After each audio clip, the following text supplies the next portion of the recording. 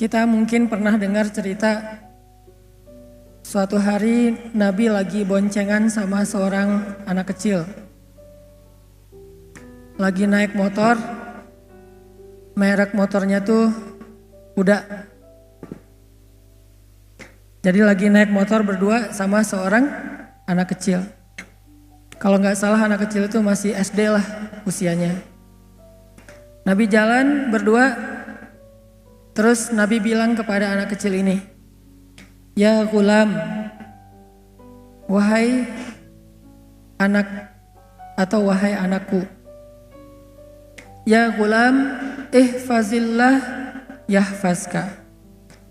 Wahai anakku, jagalah Allah, Allah akan jaga kamu. Ihfazillah tajidhu tujahak. Jagalah Allah, maka Allah akan menyertaimu. Wa'lam annan nas law ijtama'u ala ayyadurruk la yadurruka illa bima kataballahu alaik."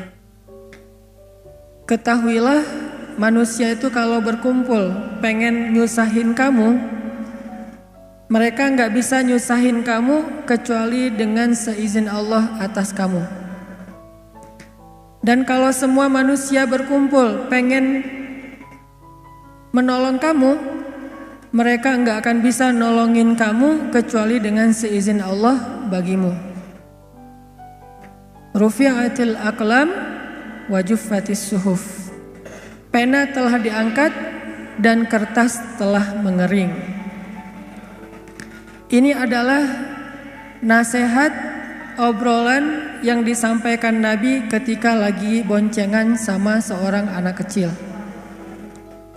Yang kelak anak kecil itu akan jadi salah satu di antara ulama paling fenomenal dalam sejarah Islam. Siapa nama anak kecil ini? Ibnu Abbas. Nama anak kecil ini Abdullah bin Abbas. Yang digelar dengan nama, jadi nama kerennya tuh Ibnu Abbas aka Hibrul Ummah. Jadi kalau nyari akun sosmednya bukan Ibnu Abbas, akun sosmednya itu Hibrul Ummah, @Hibrul Ummah. Followersnya udah banyak tuh. Coba cari, googling atau YouTube, cari Abdullah Ibnu Abbas. Nabi ketika lagi boncengan sama Abdullah Ibnu Abbas, Nabi ngasih nasihat bukan, "Nak, banyak baca buku ya," bukan. "Nak, misalnya jangan sakitin orang tua ya," bukan. "Nak, rajin kerja ya biar kamu sukses," bukan. "Nak, ini dan seterusnya," enggak. Nasihatnya cuma satu hal, jaga Allah, Allah akan jaga kamu. Jadi bisa dibilang Nabi itu nggak ngasih nasihat panjang, nasihatnya itu sedikit, pendek tuh, singkat.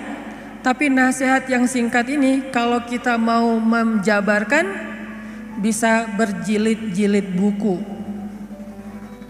Nasihat yang merangkum semua kebaikan. Kita pengen apa aja, ini intinya nih. Pengen sekolahnya berprestasi, ini intinya. Pengen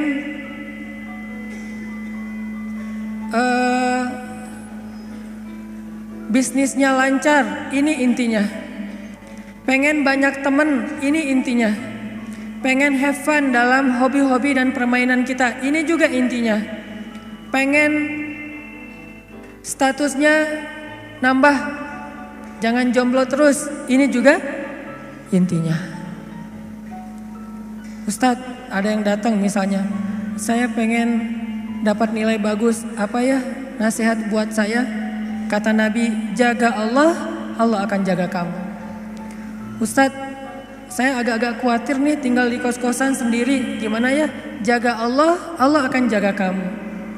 "Ustadz, gimana ya cara menghadapi teman yang kayaknya baper banget?" Jaga Allah, Allah akan jaga kamu. "Ustadz, gimana caranya biar gak ditolak? Karena saya udah sering ditolak, belum pernah diputusin." Ya gimana diputusin ya? Diterima juga belum. Itu saya banget tuh. Saya alhamdulillah belum pernah diputusin. Kecuali sekali doang. Karena diterima juga enggak kayak Julaibib. Gimana caranya? Jaga Allah, Allah akan jaga kamu. Jaga perasaan Allah, Allah akan jaga perasaan kita. Jaga kedekatan dengan Allah, Allah akan jaga kedekatan dengan kita. Jaga hak Allah, Allah akan jaga hak kita. Jaga panggilan Allah, Allah akan jaga panggilan kita. Ihfazillah yahfazka. Jaga Allah, Allah akan jaga kamu. Dan inilah kunci kebahagiaan dalam hidup kita, teman-teman. Inilah kunci sukses dalam semua masalah kita. Inilah kunci pertolongan dalam semua kesusahan kita. Jaga Allah, Allah akan jaga kita. Itu aja kalimat ininya. Kalau perlu jadi status, jadi hashtag, jaga Allah jaga kita. Nggak ada cerita kita dikecewain sama Allah padahal kita udah habis-habisan, itu nggak ada. Kalau ke manusia sering kayak gitu. Kita udah berkorban segala macam, ternyata dia cuma ngelihat kita sebagai sahabat. Atau paling dekat juga adik kakak. Kan berat ya. Kita udah kegeeran nih, udah habis-habisan, udah pokoknya udah sacrifice habis-habisan, udah give effortnya seluar biasa banget. Berharap suatu saat hatinya terbuka buat kita. Pas ditembak, jadi gimana nih? Apanya gimana? Kan kita udah lama jalan berdua, jalan bareng ya, udah lama nih. Padahal baru sebulan. Kenapa berasa lama? Karena udah habis-habisan kan? Berasa kayak udah seluruh hidup kita tuh udah kita korbanin buat dia. Kan kita udah lama jalan bareng. Kira-kira gimana? Kamu mau serius atau enggak? Serius dong kata dia. Kita udah wah Masya Allah serius. Maksudnya mau nikah? Kita jadi adik kakak aja ya. Seriusnya ternyata serius jadi adik kakak. Jadi sobatan doang. Coba. Kecewa gak sih sama orang kayak gitu? Langsung unfollow, langsung di block ya.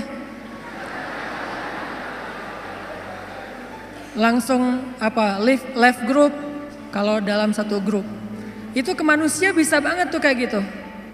Kita udah bantu dia, kita udah nolongin dia, kita udah temenin dia. Ujung-ujungnya pas pulang misalnya nih, kita temenin dia jalan, kita temenin dia belanja. Ujung-ujungnya pas makan bayar sendiri, pulang bayar angkot bayar sendiri kan ya. Itulah manusia.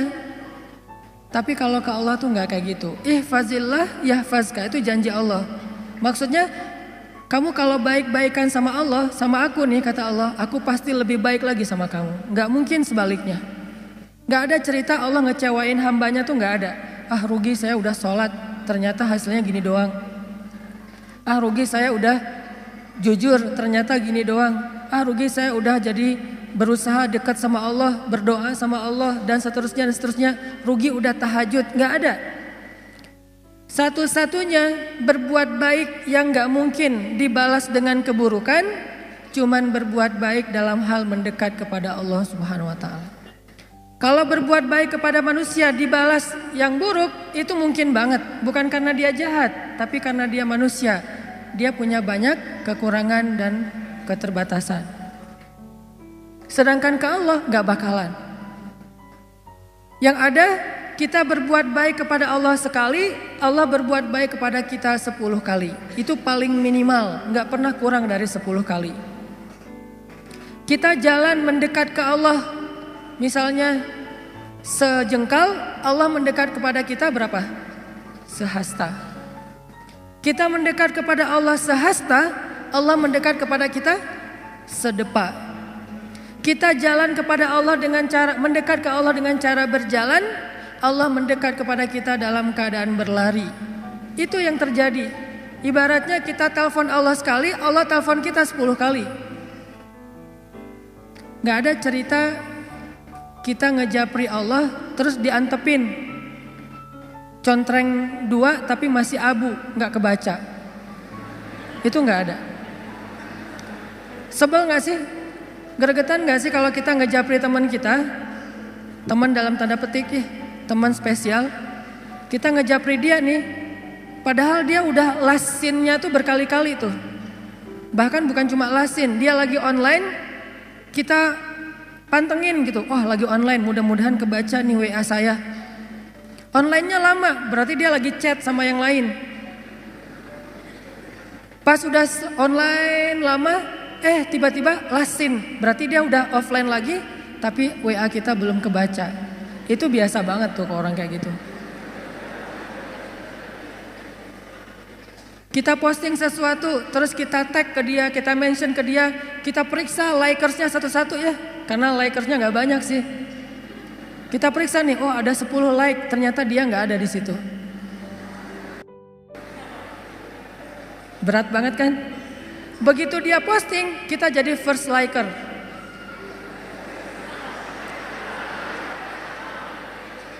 Kalau dia posting, kita langsung jadi yang pertama view, yang pertama nge-like. Seolah-olah hidup kita tuh gak ada kerjaan lain kecuali mantengin kegiatan dia. WA-nya, Instagram-nya, Facebook-nya, Twitter-nya, pokoknya kita aktif banget. Tapi tidak ada respon dari dia. Biasa dibilang bertepuk sebelah tangan. Itu paling menggenaskan menurut saya. Itu baper banget.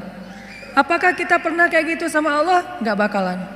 Yang ada sebaliknya, kita berbuat sesuatu yang mengecewakan Allah, Allah tetap aja buat baik buat kita, tetap aja mendekat kepada kita, tetap aja tiap malam Allah datang manggil kita. Bayangin, setiap malam tuh Allah miss call kita loh, tapi kita reject. Allah yang miss call kita. Kita gak pernah miss call Allah. Karena setiap kali kita telepon Allah pasti diangkat. Setiap kali kita nge-WA Allah pasti Allah langsung typing, bukan cuma read. Daripada read tapi gak dibalas juga kan sama aja sakitnya dengan gak di-read ya. Ini begitu read, biru langsung typing. Langsung dibalas sama Allah. Wa idza sa'alaka ibadi anni fa inni qarib. Kalau hambaku bertanya kepadamu tentang aku, maka katakanlah sesungguhnya aku sangat dekat. Arti sangat dekat, gak ada cerita sinyalnya lost sinyal. Gak ada cerita lagi offline, jadi cuma centrang satu. Gak ada cerita lagi sibuk sehingga pas kita telepon dialihkan ke voice call misalnya. Atau voice message. Ketika kita hubungi Allah, Allah nge-reject, itu gak ada. Inni qarib, ditambah lagi ujibu da'watad da'i idza da'an. Aku pasti akan menjawab japri-japrian dari hambaku kalau mereka menjapri aku. Aku juga bakalan angkat telepon dari hambaku kalau mereka telepon aku. Gak ada cerita aku akan mereject, gak ada. Ujibu dalam bahasa sosial media, Allah pasti akan membalas japrian kita. Ujibu dalam bahasa telepon, Allah pasti akan angkat telepon kita. Mustahil Allah gak ngangkat telepon kita.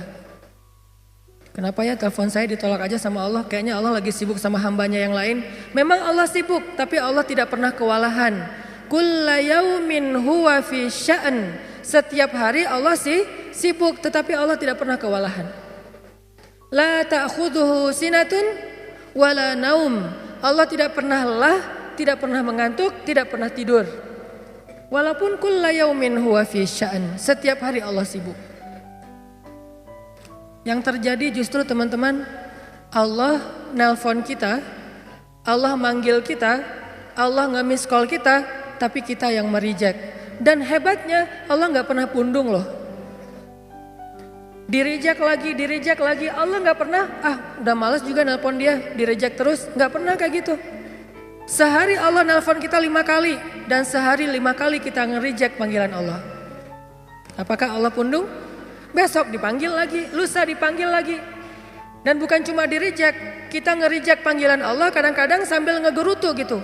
Duh, azan lagi, Kalau bahasa telepon, kok nelpon terus sih, udah di-reject masih nelpon aja. Masih mending nge-rejectnya pakai message gitu. Nge-reject misalnya lagi nyetir, Lagi meeting gitu ya, ini nge-reject tanpa alasan, reject aja pokoknya. Apakah Allah kemudian berputus asa? Enggak cukup 5 kali Allah nelpon kita, malamnya Allah ngejapri kita. Sepertiga malam Allah selalu turun ke langit dunia. Kemudian Allah bertanya kepada hamba-hambanya, hal min taib, adakah di antara hambaku yang mau bertaubat sehingga aku terima taubatnya? Hal min mustaghfir, adakah di antara hambaku yang mau meminta ampun sehingga aku ampuni dosa-dosanya? Hal min dhi hajah, adakah di antara hamba-hambaku yang punya masalah sehingga aku tolong dari masalahnya? Allah japri kita setiap malam teman-teman, setiap malam. Apakah kita mengangkat atau membuka japrian Allah? Enggak, kita tidur. Allah japri, kita tidur. Pas kita bangun, Allah telepon, kita reject. Dan itu terjadi bukan sekali 2 kali, sehari 2 hari teman-teman, bertahun-tahun kayak gitu.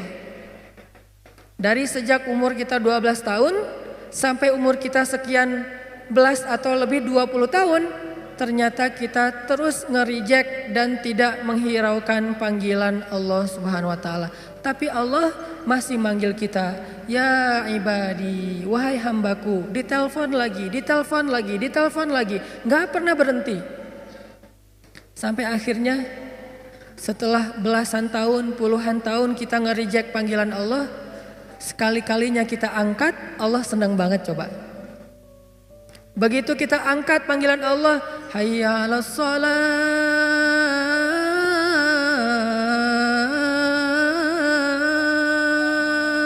kita berwudu nih, kita datang ke masjid. Begitu kita datang ke masjid, seolah-olah Allah menyambut kita di pintu masjid. Saking sayangnya Allah kepada kedatangan kita, saking senangnya Allah kita angkat teleponnya, sampai Allah cerita-cerita kepada yang lain. Kalau bahasa kita, telepon gua diangkat loh gitu coba. Padahal kan Allah gak butuh kita kan ya. Kalau kita butuh kepada seseorang terus kita kayak gitu, wajar. Telepon gua diangkat loh sama dia. WA gua dibaca loh. Dia lagi typing loh. Dia lagi ngebales. Kenapa kita cerita ke teman kita? Karena kita merasa butuh kepada orang itu keren, orang itu luar biasa. Dan kita merasa bangga kalau dibalas japriannya oleh orang tersebut. Tapi Allah gak butuh kita teman-teman. Sama sekali gak butuh. Seandainya semua makhluk berkumpul lalu taat beribadah kepada Allah Subhanahu wa taala, semua itu tidak menambah kebesaran Allah walaupun setetes air dari ujung jarum yang dicelupkan ke dalam laut, enggak nambah sama sekali. Karena Allah tidak akan bertambah kehebatannya gara-gara ketaatan kita, enggak bertambah. Artinya ketaatan kita tuh enggak ngaruh, kayak kita naruh garam di dalam laut, enggak makin asin. Kita naruh gula di dalam laut, gak berubah menjadi manis, gak ngaruh sama sekali. Jadi Allah gak butuh kita. Atau sebaliknya, semua manusia dan jin berkumpul, terus serentak bikin dosa di hadapan Allah, itu juga tidak akan mengurangi kebesaran Allah walaupun sebesar setetes air dari ujung jarum yang dicelupkan ke dalam laut. Gak ngurangin sama sekali. Allah itu ghaniyun 'anil alamin, gak butuh kepada hambanya, gak butuh sama sekali. Tapi kenapa ekspresi Allah itu kayak orang butuh banget?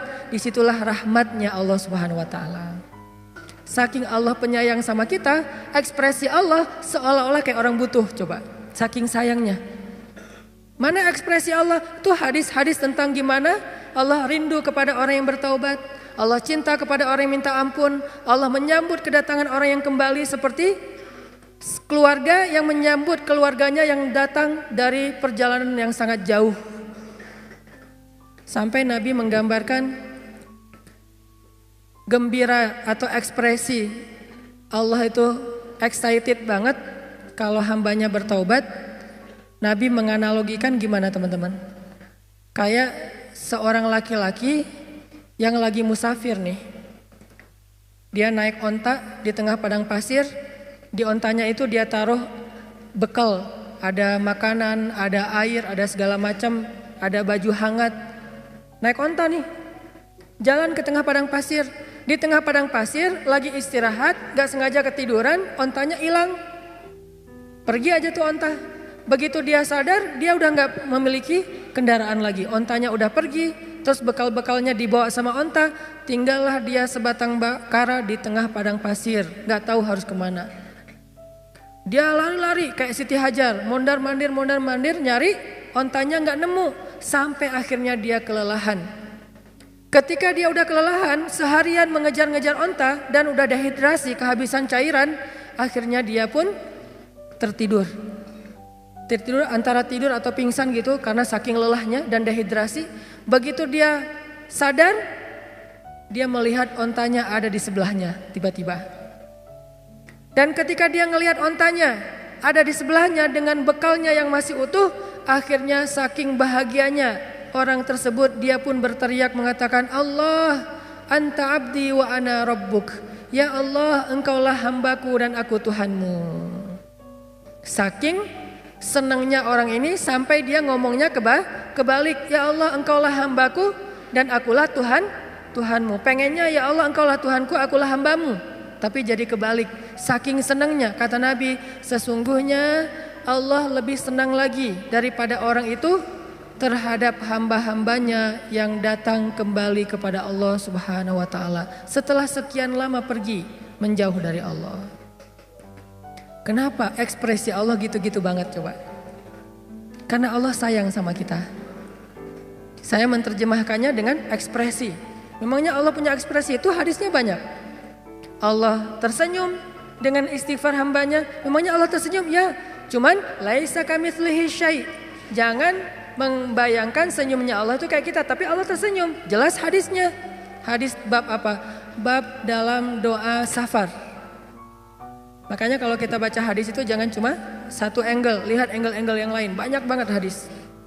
Yang dihafal Imam Bukhari aja ada 300.000 hadis.